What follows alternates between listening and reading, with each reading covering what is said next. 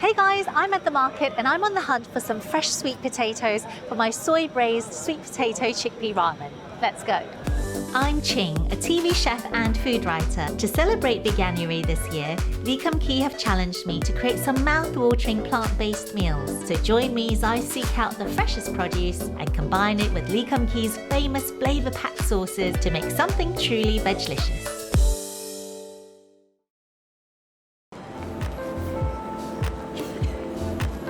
Here they are, sweet potato. Make sure you look for unblemished skin, really smooth, plump, even toned in color. These are going to provide the perfect creamy sweetness for my soy braised sweet potato chickpea ramen.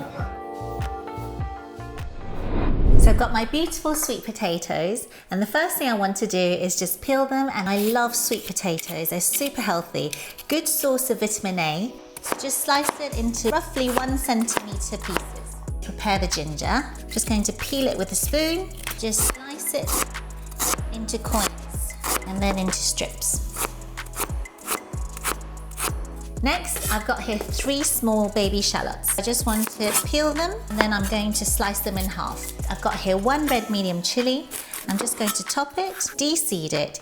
I'm going to slice it into long strips. 2 fresh large tomatoes. So I'm just going to quarter these. So that's all my fresh ingredients prepped. I've got here 1.2 liters of water. I'm going to bring this to the boil and then I'm going to add in my ginger, the shallots, the chilies, tomatoes, my sweet potatoes. And I've also got here a tin of chickpeas that I've just drained, 1 cinnamon bark and 2 star anise. So I've got here Chingxx's red braising sauce, and this has got flavors of soy, rice wine, sugar, and it's really delicious. I want an injection of savory sweetness, so I've got Chingxx's sweet soy sauce. It's given the liquid this dark brown ready hue. So now I want to boil this uncovered for about half an hour until the liquid is slightly reduced, the sweet potatoes have softened, the tomatoes have really broken down into this really brothy, deep, flavorful liquid.